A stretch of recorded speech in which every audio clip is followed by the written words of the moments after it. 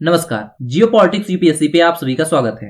Recently एक trend देखा जा रहा है नेपाली यूथ के अंदर, नेपाली युवा के अंदर कि नेपाल के लोग बड़ी संख्या में अपने देश को छोड़ करके जा रहे हैं। यानी नेपाल में नेपाली युवाओं का एक बड़े स्केल पर ब्रेन ड्रेन हो रहा है। यहाँ पर बताया जा रहा है कि डेली लगभग 1700 नेपाली युवा अपना देश छोड़ करके जा रहे हैं। उनका देश छोड़ के जाने का कारण ये है कि या तो वो अपना देश छोड़ करके कहीं अन्य देश में काम के लिए यानी जॉब्स के लिए जा रहे हैं या पढ़ाई के लिए। अब ये जो स्थिति नेपाल में बन रही है वो काफी भयानक है। हालांकि ऐसा नहीं है कि हमारे देश भारत में ब्रेन ड्रेन नहीं होता है, एक समय पर बहुत बड़े स्केल पे हमारे देश में भी ऐसा कुछ होता था, लेकिन भारत में फिलहाल के समय में ये इतने बड़े स्केल पर नहीं हो रहा है। और तो और जो भारत के लोग भारत से बाहर चले गए थे जॉब्स के लिए या पढ़ाई करने के लिए या अब्रॉड स्टडी के लिए, तो अब ये ट्रेंड देखा जा रहा है कि वो सब भी फिर से अब भारत में आना चाहते हैं, भारत में बिजनेसेस करना चाहते हैं या भारत में ही जॉब्स करना चाहते हैं, क्योंकि जिस तरीके से भारत का इकोनॉमिक ग्रोथ हो रहा है उनसे इन सब गतिविधियों पर थोड़ा विराम लगा है। लेकिन नेपाल में ऐसा नहीं है। तो जानते हैं इस वीडियो में डिटेल से कि आखिर नेपाल में ऐसे क्या कारण है जिसकी वजह से नेपाल के युवा अपने देश को छोड़ करके बाहर जा रहे हैं जॉब्स के लिए या अब्रॉड स्टडी के लिए। उनको रोकने के लिए, नेपाल में ही उनको जॉब्स प्रोवाइड करने के लिए नेपाल की गवर्नमेंट क्या कर रही है या नेपाल की गवर्नमेंट के द्वारा किस तरीके की पॉलिसीज बनाई जा रही है, इसके बारे में हम इस वीडियो में डिस्कस करते हैं। लेकिन आगे बढ़ने से पहले यदि आपने अभी तक हमारे चैनल को सब्सक्राइब नहीं किया है तो हमारे चैनल को सब्सक्राइब करना ना भूलिएगा, साथ ही साथ बेल आइकन को भी प्रेस करना ना भूलिएगा। ऑलराइट, तो इस समय जो नेपाल में नेपाली युवाओं का बड़े स्केल पर जो ब्रेन ड्रेन हो रहा है उसका सबसे बड़ा कारण है नेपाल की इकोनॉमी। नेपाल की इकोनॉमी फिलहाल के समय में कुछ अच्छा कर नहीं रही है, वहां पे ग्रोथ ज्यादा हो नहीं रहा है, इंडस्ट्रियल एक्टिविटी नेपाल में हो नहीं रही है। उसके लिए वहां की सरकार के द्वारा कोई भी पॉलिसी बनाई नहीं जा रही है ताकि लोगों को वहीं नेपाल में ही जॉब प्रोवाइड किया जा सके। उसका सबसे बड़ा कारण है नेपाल में पॉलिटिकल इंस्टेबिलिटी। इस ब्रेन ड्रेन के पीछे नेपाल की पॉलिटिकल इंस्टेबिलिटी एक बड़ा कारण है, क्योंकि यह सब कुछ साल 2008 से देखा जा रहा है, जब नेपाल में एक नया संविधान बनाया गया था, नेपाल को सेक्युलर राष्ट्र बनाया गया था, जो मोनार्की सिस्टम नेपाल में चल रही थी उसको हटाया गया था। तब से लेकर अब तक नेपाल में जो भी सरकार बनी है, कोई भी सरकार अपने 5 साल के कार्यकाल को पूरा नहीं कर पाई है। अब जब इतने बड़े स्केल पे नेपाल में पॉलिटिकल इंस्टेबिलिटी होगी, कोई भी सरकार 5 साल के कार्यकाल को पूरा नहीं कर पाएगी, तो नेपाल के नेता कैसे अपने देश के बारे में सोचेंगे, अपनी देश की इकोनॉमी के बारे में सोचेंगे। इन सब का प्रभाव पड़ा है नेपाल पे, नेपाल की इकोनॉमी पे, नेपाल के यूथ के ऊपर जो जॉब्स के लिए अन्य देशों में जा रहे हैं। इसके अलावा नेपाल के यूथ बड़ी संख्या में इंडियन आर्मी में भी सर्व किया करती थी, लेकिन फिलहाल के समय में जो इंडियन आर्मी के द्वारा, जो भारत के द्वारा अग्निपथ स्कीम को लॉन्च किया गया है, इसकी वजह से नेपाल की सरकार ने नेपाली यूथ को इंडियन आर्म फोर्सेज में शामिल होने के लिए बैन कर दिया है। इसके अलावा नेपाल के पॉलिटिकल इंस्टेबिलिटी के कारण ही नेपाल में क्वालिटी एजुकेशन की कमी है, साथ ही साथ डेवलपमेंट अपॉर्चुनिटीज की भी कमी है, जिसकी वजह से नेपाल के युवा देश छोड़ करके बाहर जा रहे हैं। तो ये कुछ फैक्टर हैं जो नेपाल के यूथ के ब्रेन ड्रेन के लिए जिम्मेदार हैं। हालांकि ऐसा नहीं है कि नेपाल में ये सब कुछ पहली बार हो रहा है। इससे पहले भी नेपाल में हमेशा से नेपाल के लोग जॉब्स के लिए या बिजनेसेस के लिए हमेशा से ही पलायन करते आए हैं, लेकिन ये ज्यादातर भारत तक ही सीमित रहता था। लेकिन 1990 से ये देखा जा रहा है कि नेपाल के लोग बड़ी संख्या में गल्फ कंट्रीज में, जैसे सऊदी अरेबिया में, यूएई में, कतर में, ओमान में, इन सभी देशों में जा रहे हैं। हालांकि आज के समय में भी भारत नेपाली माइग्रेंट्स के लिए एक बहुत बड़ा डेस्टिनेशन बना हुआ है, लेकिन उसके बावजूद नेपाल के लोगों में अन्य देशों में पलायन जारी किया हुआ है। एक डेटा के अनुसार साल 2008 और 9 से लेकर के 2021 और 22 के बीच में नेपाल की सरकार के द्वारा 4.7 मिलियन यानी 47 लाख से अधिक नए लेबर परमिट नेपाली लोगों के लिए जारी किए गए थे। और खास बात यह है कि ये जो लेबर परमिट नेपाल की सरकार के द्वारा नेपाली लोगों के लिए जारी किए गए थे, उनमें से 80% लोग कतर, सऊदी अरब, बहरीन, कुवैत, ओमान, यूएई और मलेशिया में जाते हैं। इसके अलावा पुर्तगाल, माल्टा, क्रोएशिया और रोमानिया में भी, इन यूरोपीय देशों में भी बड़ी संख्या में नेपाली लोग जा रहे हैं। जबकि फिलहाल के समय में एशिया में जापान और दक्षिण कोरिया नेपाल के लिए, नेपाल के लोगों के लिए पसंदीदा स्थान बना हुआ है। साथ ही साथ नेपाल में किए गए 2011 में एक सर्वेक्षण में ये पाया गया कि सभी नेपाल परिवार में से लगभग 56% नेपाली परिवारों का कम से कम एक सदस्य विदेश में रहता है। ये आंकड़ा 2011 का है। तो आज के समय में आप अंदाजा लगा सकते हैं कि नेपाल में 60 से लेकर 70% परिवारों का कोई एक व्यक्ति विदेश में रह रहा है। इतने बड़े स्केल पे नेपाल में ब्रेन ड्रेन हो रहा है। हालांकि ऐसा नहीं है कि इससे नेपाल को कोई प्रॉफिट नहीं है। नेपाल की इकोनॉमी को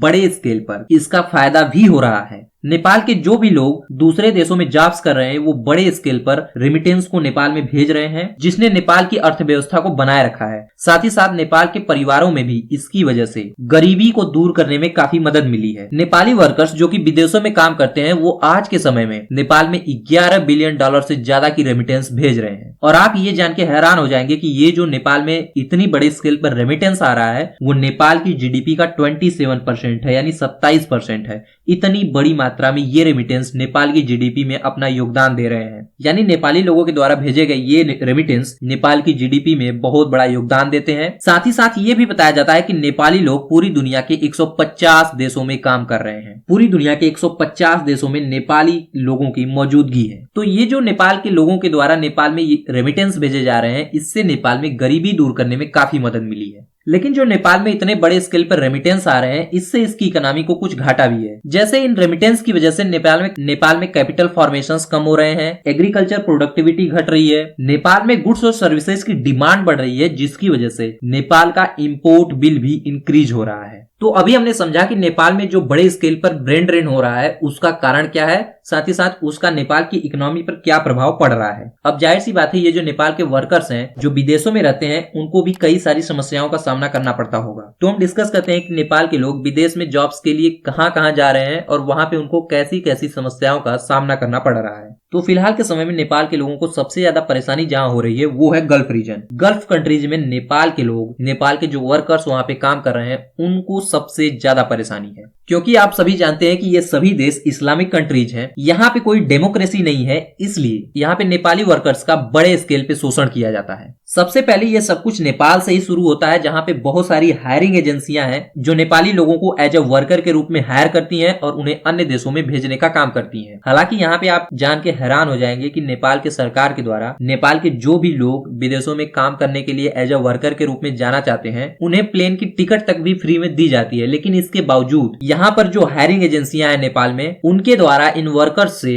1 लाख से लेकर 2 लाख नेपाली रुपए के बीच में पैसे वसूल किए जाते हैं। इसके अलावा बड़े स्केल पे ये हायरिंग एजेंसियां नेपाली लोगों को धोखा भी देती हैं। अन्य देश में इनको तस्करी के लिए भी इस्तेमाल किया जाता है। तो आप सोचिए कि ये कितनी भयानक परिस्थिति है। ऐसी स्थिति में नेपाल के लोग काम करने को मजबूर हैं। नेपाली लोगों का खाड़ी देशों में सबसे ज्यादा शोषण किया जाता है, विशेष तौर से महिलाओं का। इन गल्फ कंट्रीज में नेपाली महिलाओं को सबसे ज्यादा फिजिकल एब्यूज का, शारीरिक शोषण का सामना करना पड़ता है। इसी के कारण ही साल 2017 में नेपाल की सरकार के द्वारा नेपाली महिलाओं को घरेलू नौकरी गल्फ कंट्रीज में करने पर प्रतिबंध लगा दिया गया था। साथ ही साथ नेपाली महिलाओं के लिए साल 2021 में एक कानून लाया गया था, जिसमें यह कहा गया था कि जो भी नेपाली महिला गल्फ कंट्रीज या कहीं अन्य देश में काम करने के लिए बाहर जाना चाहती है, जॉब करने के लिए बाहर जाना चाहती है, उसको उसके परिवार से सहमति लेनी होगी, साथ ही साथ लोकल वार्ड से भी सहमति लेनी होगी, तभी जाकर के नेपाली महिला अब्रॉड काम करने के लिए जा सकती है। तो साल 2021 में नेपाल की सरकार के द्वारा नेपाल की महिलाओं को ट्रैफिकिंग से बचाने के लिए, घरेलू हिंसा से बचाने के लिए गल्फ कंट्रीज में इस तरीके का कानून लाया गया था। हालांकि ये कानून काफी विवादों में रहा है। नेपाल की सरकार के ऊपर इसमें आरोप लगे हैं कि महिलाओं की मोबिलिटी और उनके राइट्स को सरकार प्रतिबंधित करना चाहती है। साथ ही साथ ये जो नेपाली वर्कर्स विदेशों में काम करते हैं, उनकी मृत्यु भी बड़े स्केल पर हो रही है। नेपाली गवर्नमेंट डेटा के अनुसार ये बताया जा रहा है कि साल 2008 और 9 के बीच में लगभग 10,000 से भी ज्यादा नेपाली प्रवासी श्रमिकों की मौत हुई है। यानी हर साल लगभग 700 से अधिक नेपाली वर्कर्स मर रहे हैं और उनके कॉफिन्स को नेपाल में लाया जा रहा है। ये जो नेपाली श्रमिकों का मृत्यु का आंकड़ा है, ये सबसे ज्यादा हो रहा है गल्फ कंट्रीज में। खास बात ये है कि साल 2022 में जो कतर में फुटबॉल विश्व कप की आयोजन हुआ था, उसमें जो स्टेडियम बनाए जा रहे थे, उसमें ही ये बताया जाता है कि लगभग 6,500 श्रमिकों की मौत हुई थी, जिसमें से लगभग 1,700 श्रमिक नेपाली थे।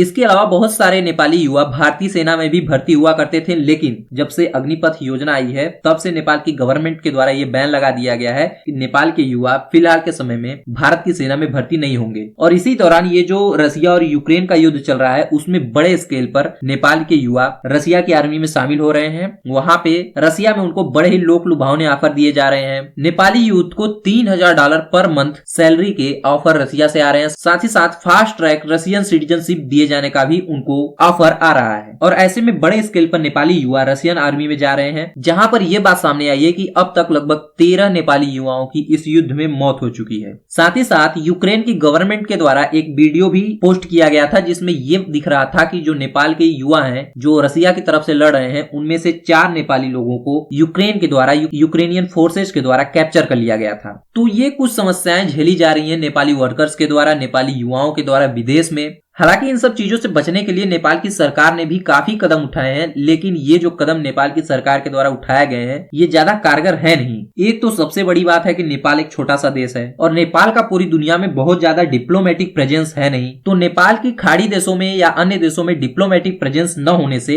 नेपाल के श्रमिकों का बड़े स्केल पर शोषण किया जाता है। लेकिन हाल ही में नेपाल की सरकार ने निर्णय भी लिया है कि जहां भी जिस भी देश में नेपाली वर्कर्स 10,000 से भी ज्यादा की संख्या में है वहां पे नेपाल अपने राजनयिक मिशन यानी डिप्लोमेटिक मिशन को खोलेगा। इसके अलावा जिन भी देशों में नेपाल के 5,000 से ज्यादा वर्कर्स काम कर रहे हैं वहां पे नेपाल के गवर्नमेंट के द्वारा लेबर अटैची खोला जा रहा है। साथ ही साथ जहां पे 1,000 से ज्यादा महिला वर्कर्स काम कर रही हैं, जिन भी देश में 1,000 से ज्यादा महिला वर्कर्स काम कर रही हैं वहां पर भी वुमन लेबर अटैचे खोला जा रहा है। लेकिन जिस तरीके से नेपाल के लोग माइग्रेशन कर रहे हैं उसकी गति को देखते हुए ये सब कुछ पर्याप्त नहीं है। तो नेपाल में जिस तरीके से नेपाली यूथ का ब्रेन ड्रेन हो रहा है, नेपाल के लोग, नेपाल की जो स्किल है वो दूसरे देशों में जा रही है, नेपाल के जो लोग दूसरे देशों में माइग्रेट कर रहे हैं, ये नेपाल के लिए एक बहुत बड़ा मुद्दा होना चाहिए। खास तौर से नेपाल की पॉलिटिकल पार्टीज के लिए ये एक बड़ा मुद्दा होना चाहिए। उनके लीडर्स को ये सोचना चाहिए कि उनका देश किस दिशा में जा रहा है, किस तरीके से वो इन सब चीजों को रोक सकते हैं। नेपाल के लोगों को फिर से नेपाल में ही कैसे लाया जा सकता है, नेपाल में ही उनको नौकरी कैसे दी जा सकती है, नेपाल की इकोनॉमी को कैसे मजबूत बनाया जा सकता है, नेपाल में ही इंडस्ट्रियल डेवलपमेंट को कैसे शुरू किया जा सकता है, उसके लिए कैसे पॉलिसीज बनाई जा सकती हैं।